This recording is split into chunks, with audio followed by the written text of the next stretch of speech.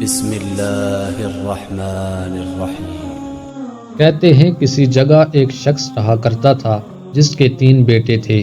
اس شخص نے اپنے ان تینوں بیٹوں کے نام ہجر رکھے ہوئے تھے۔ دن گزرتے رہے حتیٰ کہ اسے مرض الموت نے آن لیا۔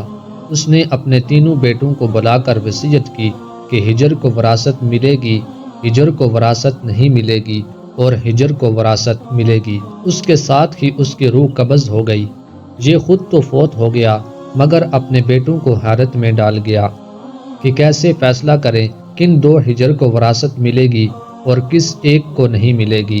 انہوں نے فیصلہ کیا کہ شہر جا کر قاضی سے اپنا مسئلہ بیان کریں اور اس سے کوئی حل مانگیں۔ تینوں اپنے زاد راہ کے ساتھ شہر کے لیے عازم سفر ہوئے۔ راستے میں انہوں نے ایک ایسے شخص کو دیکھا جو اپنی کسی گمشدہ چیز کو ڈھونڈ رہا تھا۔ ان بھائیوں کے پوچھنے پر اس نے بتایا کہ اس کی اونٹنی گم ہو گئی ہے جسے وہ تلاش کرتا پھر رہا ہے۔ ایک ہجر نے پوچھا، کیا تیری اونٹنی ایک آنکھ سے کانی تھی؟ اس آدمی نے کہا، ہاں ایسا ہی تھا۔ دوسرے ہجر نے پوچھا، کیا تیری اونٹنی ایک ٹانگ سے لنگڑی تھی؟ تو اس آدمی نے جلدی سے کہا، بالکل صحیح، میری اونٹنی واقعی ایک ٹانگ سے لنگڑی تھی۔ تیسرے ہجر نے اونٹنی کے مالک سے پوچھا، کیا تیری اونٹنی کی دم کٹی ہوئی تھی؟ تو اس نے خوشی سے کہا، بالکل ٹھیک، میری اونٹنی کی دم بھی کٹی ہوئی تھی۔ بس اب جلدی سے بتا دو میری اونٹنی کہاں ہے؟ تینوں ہجر نے مل کر جواب دیا، بخدا ہمیں آپ کی اونٹنی کے بارے میں کوئی علم نہیں، ہم نے اسے ہرگز نہیں دیکھا۔ اونٹنی کا مالک ان کی یہ بات سن کر غصے سے پاگل ہو گیا۔ اس نے فیصلہ کیا کہ ان تینوں کو کھینچ کر قاضی کے پاس لے جائے گا۔ اسے پورا یقین تھا کہ اس کی اونٹنی کو یہ تینوں ذبح کر کے کھا چکے ہیں اور اب اپنے جرم کو چھپانے کے لیے جھوٹ بول رہے ہیں۔ اونٹنی والے نے جب تینوں کو اپنا ارادہ بتایا تو انہوں نے کہا، ہمیں کوئی اعتراض نہیں کیونکہ ہم خود بھی قاضی کے پاس ہی جا رہے ہیں۔ جب یہ چاروں قاضی کے پاس پہنچے تو اونٹنی والے نے قاضی سے اپنا قصہ بیان کیا۔ قاضی نے ان تینوں سے کہا، جس طرح تم تینوں نے اونٹنی کی نشانیاں بتائی ہیں اس کا ایک ہی نتیجہ نکلتا ہے کہ اونٹنی تم تینوں کے پاس ہے۔ بہتر ہے کہ تم اپنا جرم کا اعتراف کر لو۔ پہلے نے کہا، جناب عالی، ہم نے اونٹنی تو نہیں دیکھی تھی، ہاں البتہ اونٹنی کے آثار ضرور دیکھے تھے۔ جب میں نے اسے کہا تھا کہ تیری اونٹنی ایک آنکھ سے کانی ہے تو میں نے دیکھا تھا کہ راستے کے ایک طرف کا گھاس تو خوب چرا ہوا تھا مگر دوسری طرف کا ویسے ہی باامان موجود تھا۔ اس کا ایک ہی مطلب تھا کہ اس شخص کی اونٹنی ایک آنکھ سے کانی رہی ہوگی۔ دوسرے ہجر نے کہا، میں نے دیکھا تھا کہ راستے میں 3 قدم تو گہرے لگے ہوئے ہیں جبکہ چوتھا قدم زمین پر معمولی حالت میں پڑا ہوا تھا، جس کا مطلب بس اتنا ہی بنتا تھا کہ یہ جانور لنگڑا بھی تھا۔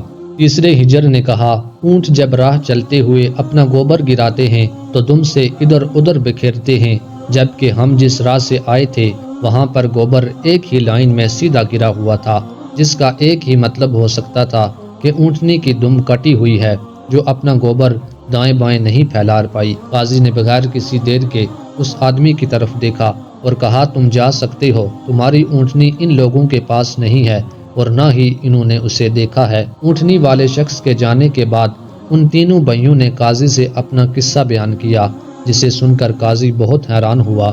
ان تینوں سے کہا، تم آج کی رات مہمان خانے میں ٹھہرو، میں کل تمہیں سوچ کر کوئی حل بتاؤں گا۔ یہ تینوں مہمان خانے میں جا کر ٹھہرے تو انہوں نے محسوس کیا کہ ان کی نگرانی کی جا رہی ہے۔ کچھ دیر کے بعد ان کے لیے کھانا لایا گیا جو گوشت کے پکے ہوئے سالن اور روٹیوں پر مشتمل تھا۔ پہلے نے کھانے کو دیکھتے ہی کہا، یہ سالن کتے کے گوشت کا بنا ہوا ہے۔ دوسرے نے کہا، روٹیاں جس عورت نے پکائی ہیں وہ حمل کے ساتھ اور پورے دنوں سے ہے۔ تیسرے نے کہا، یہ قاضی حرام کی اولاد ہے۔ بات قاضی تک پہنچ گئی۔ اس نے تینوں کو دوسرے دن اپنی عدالت میں طلب کر لیا اور تینوں سے مخاطب ہو کر کہا، تم میں سے کس نے کہا تھا کہ یہ کتے کا گوشت پکا ہوا ہے؟ پہلا بولا، میں نے کہا تھا۔ قاضی نے باورچی کو بلوا کر پوچھا تو اس نے اعتراف کیا کہ پکانے کے لیے کچھ نہیں تھا، تو اس کو شرارت سوجی اور اس نے کتا مار کر اس کا گوشت پکایا اور ان کو کھانے کے لیے بھجوا دیا۔ قاضی نے پہلے سے پوچھا، تمہیں کیسے پتا چلا یہ گوشت کتے کا ہے؟ تو اس نے بتایا گائے، بکری یا اونٹ کے گوشت کے نیچے چربی لگی ہوتی ہے، جبکہ یہ سارا چربی نما تھا جس کے نیچے کہیں کہیں گوشت لگا ہوا تھا۔ قاضی نے کہا، تم وہ ہجر ہو جس کو اپنے باپ کے مال سے وراثت ملے گی۔ قاضی نے دوبارہ ان سے مخاطب ہو کر پوچھا، کس نے کہا یہ روٹیاں ایسی عورت نے بنائی ہیں جو 9 ماہ کے حمل کے ساتھ اور اپنے پورے دنوں سے ہے؟ جواب میں دوسرے نے کہا، میں ہوں جس نے یہ کہا تھا۔ قاضی نے پوچھا، تمہیں کیوں کر یہ لگا؟ تو اس نے کہا، میں نے دیکھا روٹیاں ایک طرف سے پھولی ہوئی اور خوب پکی ہوئی ہیں تو دوسری طرف سے کچی اور موٹی روٹیاں رہ گئی ہیں۔ میں نے اس سے یہی اخذ کیا کہ روٹیاں بنانے والی ایسی خاتون ہے جس سے تکلیف کے مارے زیادہ جھکا نہیں جا رہا اور وہ سامنے کی چیز بھی نہیں دیکھ پا رہی، جس کا مطلب یہی بنتا تھا کہ عورت حاملہ ہے اور روٹیاں بنانے میں تکلیف محسوس کرتی رہی ہے۔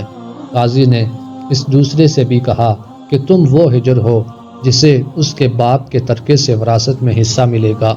پھر قاضی نے تینوں سے مخاطب ہو کر پوچھا، یہ کس نے کہا تھا میں حرام ہوں؟ تیسرے نے جواب دیا کہ یہ میں نے کہا تھا۔ قاضی اٹھ کر اندر گیا اور اپنی ماں سے پوچھا، کیا یہ سچ ہے کہ وہ حرامی ہے؟ تو اس کی ماں نے کہا، یہ سچ ہے کہ تم حرام کے ہو۔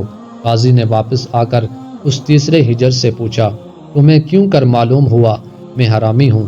تو اس نے جواب دیا، اگر تم حلالی ہوتے تو مہمان خانے میں ہم پر نگران نہ مقرر کرتے، نہ ہی کتے کا گوشت پکوا کر ہمیں کھانے کے لیے بھجواتے، اور نہ ہی کچی روٹیاں ہمیں کھانے کے لیے بھجواتے، اور نہ ہی کچی روٹیاں کسی مظلوم عورت سے بنوا کر ہمیں کھلواتے۔ قاضی نے اسے مخاطب کرتے ہوئے کہا کہ تم وہ ہجر ہو جسے اس کے باپ کے مال سے ورثہ نہیں ملے گا۔ تیسرے نے حیرت کے ساتھ قاضی کو دیکھا اور پوچھا، مگر ایسا کیوں ہے؟ قاضی نے کہا، کیونکہ ایک حرامی ہی دوسرے حرامی کو ٹھیک ٹھیک پہچان سکتا ہے، اور تم بھی میری طرح حرام کی اولاد ہو۔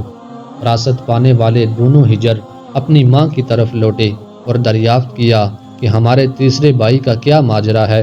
تو ان کی ماں نے کہا، تمہارا باپ ایک بار صبح کی نماز پڑھنے مسجد گیا تو اسے دروازے پر رکھا ہوا پایا تھا، اسے گھر لایا، اس کا نام بھی تم دونوں جیسا ہجر رکھا اور اس کی پرورش کی۔ جی تو ایسی ہوتی ہیں عربوں کی حکایتیں جن میں حکمت کے درس بھی ہوتے ہیں۔ مضمون عربی زبان سے لے کر آپ کے لیے ترجمہ کیا گیا ہے۔